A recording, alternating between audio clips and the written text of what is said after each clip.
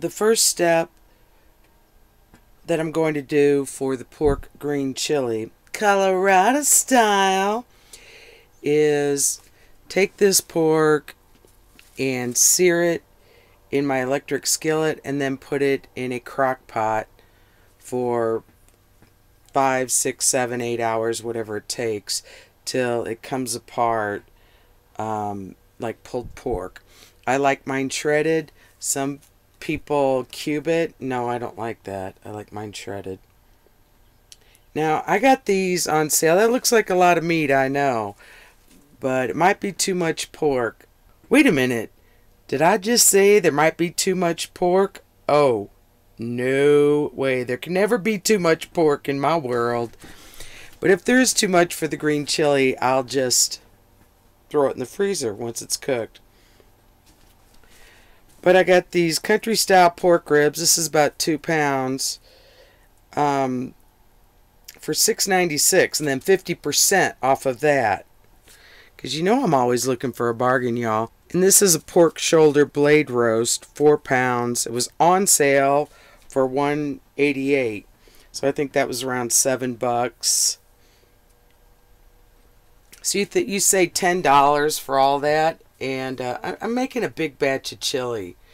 Alright, so I'm going to season that now and put it in the electric skillet. I just put a simple seasoning on the pork. Garlic powder, black pepper, and some Louisiana style Cajun. That's sort of like a spicy seasoning salt. You can put whatever you want. Some people just put salt and pepper. Okay, let's take a peek at the pig. Alright, looks good. I'm going to stick it in the crock pot now.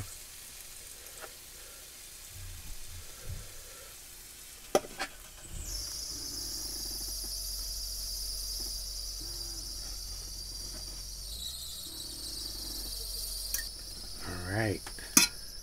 Now look at that, doesn't it look good?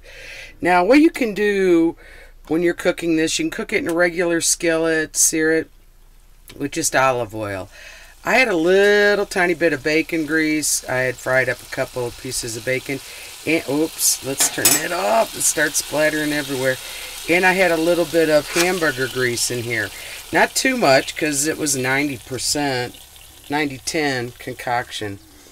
Alright, that just fits. I'm going to move it around so it fits a little better. Okay, now I'm going to put a little bit of water in there. I'm not going to cover it all the way, probably. Not yet, because as that fat breaks down, there'll be room.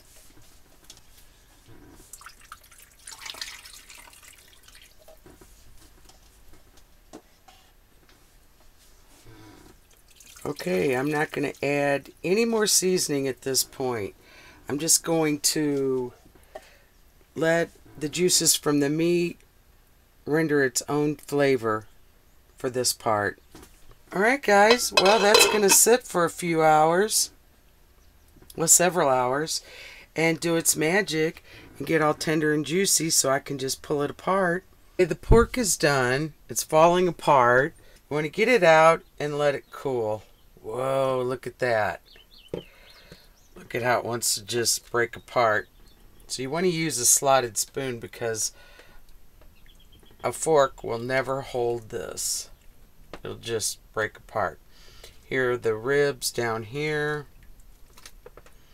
I'm going to let this cool and then I'm going to shred it. See, they're falling apart. Yeah. Goodness.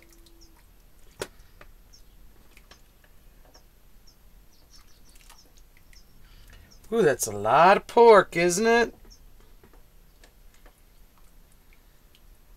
Wow. I'm going to let all that cool. Well, I'll probably actually start shredding it a little bit with the forks. And then I'm going to put that juice in the refrigerator till it congeals, because all the fat will congeal on the top, and then I scrape that off. Okay, and you can see how easily this just comes apart with 2 forks. You want to do it while it's warm.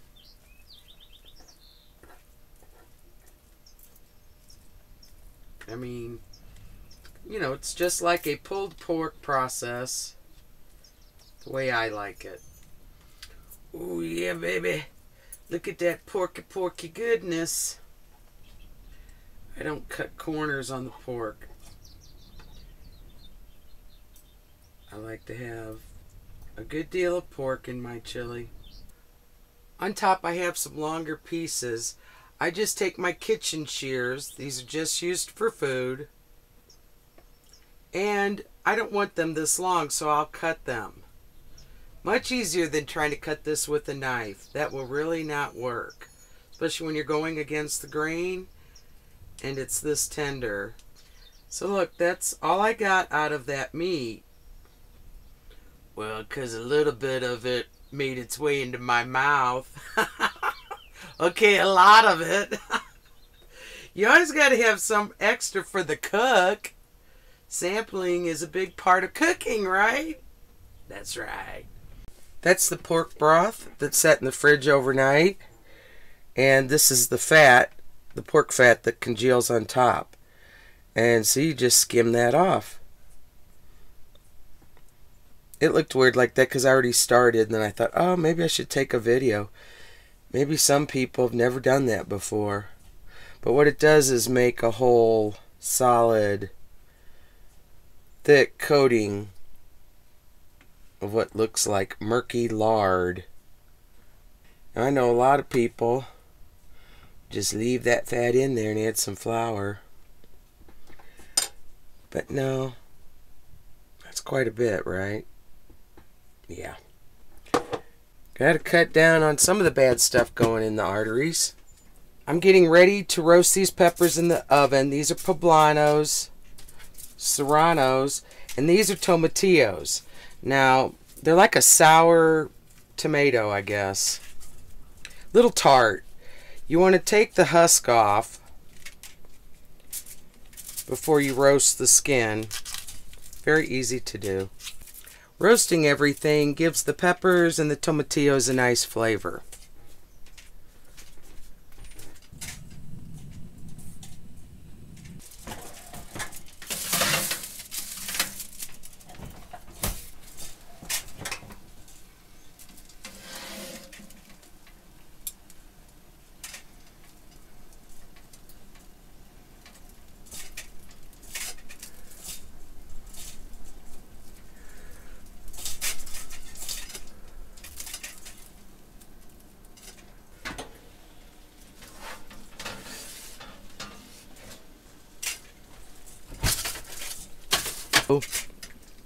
Look at that tomatillo boiling inside the skin. Yeah, when you pull these out, you want to be careful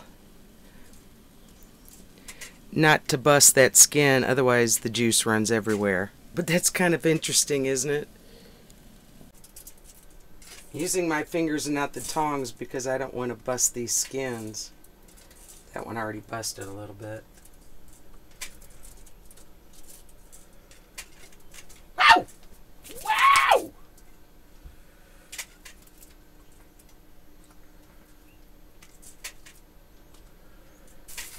I'm going to put those in here, let them steam. Ow! Son of a gun.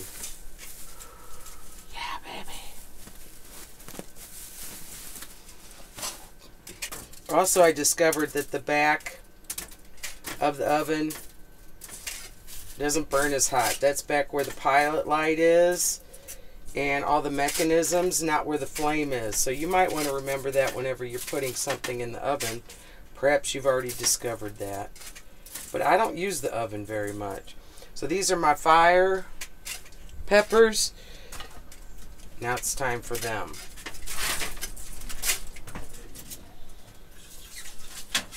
These fire peppers will hotify your ass.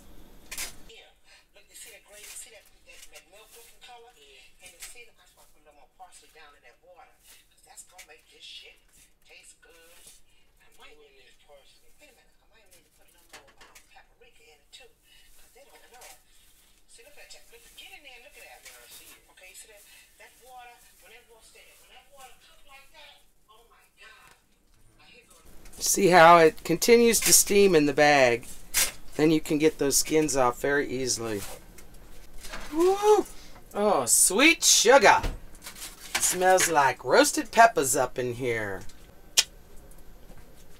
Okay, so then you just, cut off the end like you would a tomato. These are a little tart, and some people might ask why I would put that in there. I'm gonna eat that. Little tart. Ooh, but roasty. Because I like layers of flavors.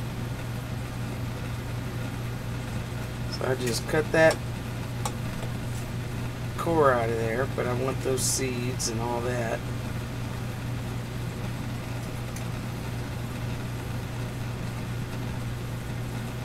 And then I peel a lot of that skin off. Now some will end up in there, I'm sure. But that's okay. See there, and then all that's going to go in the blender with garlic and chilies and onion. I think this was that boiling creature. You could just use a can of tomatillos. Now they're not going to be roasted, but they'll work just fine. I like to step my game up a little bit, trying to get that perfect flavor. And I don't mind taking the time.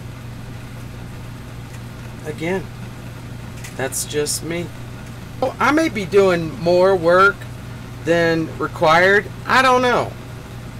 It's just what I was told once by a Mexican woman that I met in the grocery store, because I was following her around, hunting her down. I do tend to go overboard with these big batches of food that I make. I do.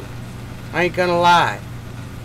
But I'd rather go overboard than to have something, one step that I missed, ruin the whole thing for me.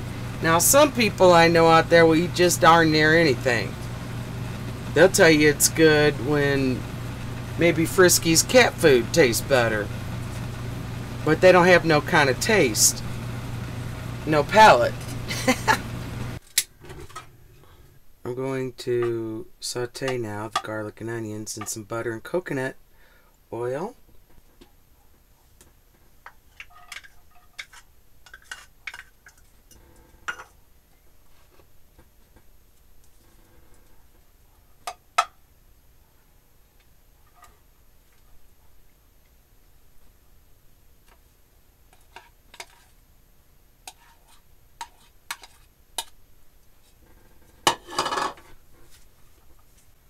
I'll sweat those for a few minutes, and then they'll go in the food processor with some of the chilies. Okay, I'm going to scoop this up, put it in the food processor. I borrowed this food processor from my from the manager. I've never used one before. Probably going to have to do this in batches. Tomatillos.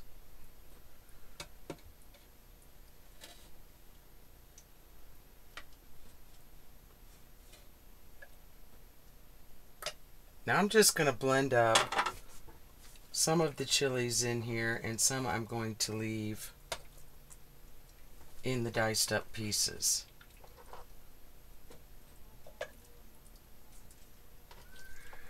Just the way it is.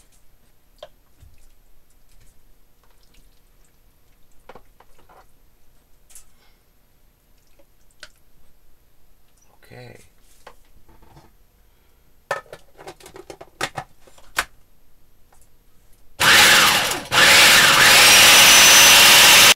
Doing this will help thicken the green chili sauce. And just blend the flavors a little bit more. These are my poblano. Here's a little bit of the serrano and the fire peppers. I'm not putting any fire peppers in there because I think it's probably going to be hot enough. We'll see. But I will put in the poblano They don't add any heat, but they just give another layer of flavor.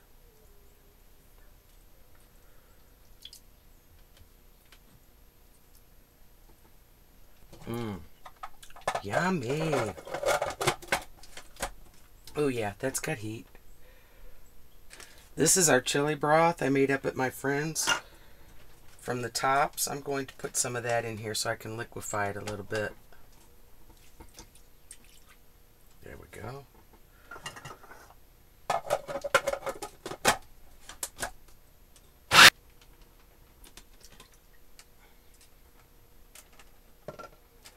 Okay, I added 2 of those little ramekin containers full of the chili broth that I made up at my friend's house. I want to get this a little juicier. Nice. See, that now will go in the crock pot with the bigger diced pieces. Alright, and the pork and the rest of those onions. Okay, yep, it's all a process.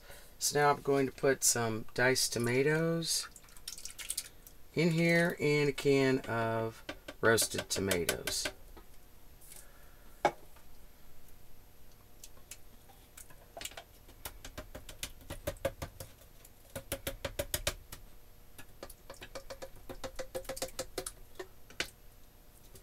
You know, when I cook the chili, I add things in stages. You know, you're constantly tasting it once it gets in the crock pot. So I may not add all these tomatoes, and yet I might too. So it just depends. As you can see, it's kind of challenging doing this in a small travel trailer. My space is so limited.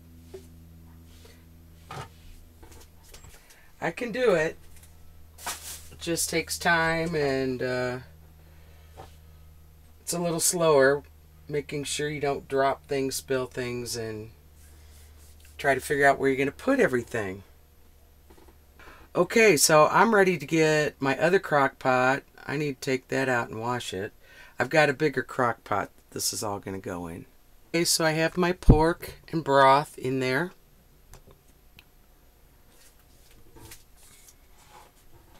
This is my pureed, sauteed onion, garlic, tomatillos, poblano peppers, and chili peppers. Whoa.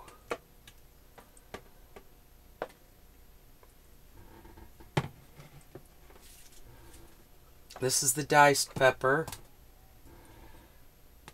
Hot diced chili peppers. As I said, this is a process. I'll see how it is. If I need to add more pork, I will also be adding a few spices a little bit later into the process.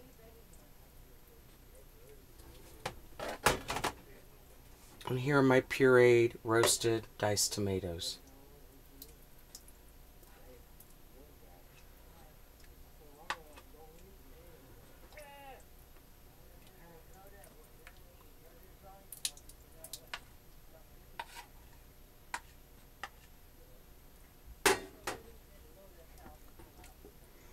Okay, I'm going to let that do its magic for a while, and then I'll adjust as needed.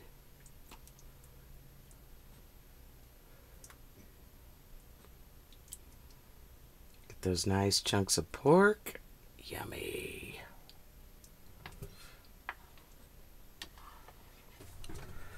Well, here's my green chili finished.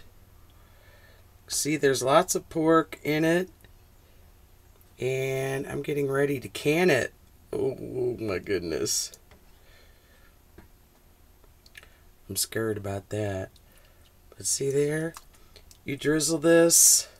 You can eat it as a bowl with tortillas if you're up for that much of it. Or you drizzle it over burritos or inside burritos or over eggs. All right, I think it turned out really well this year.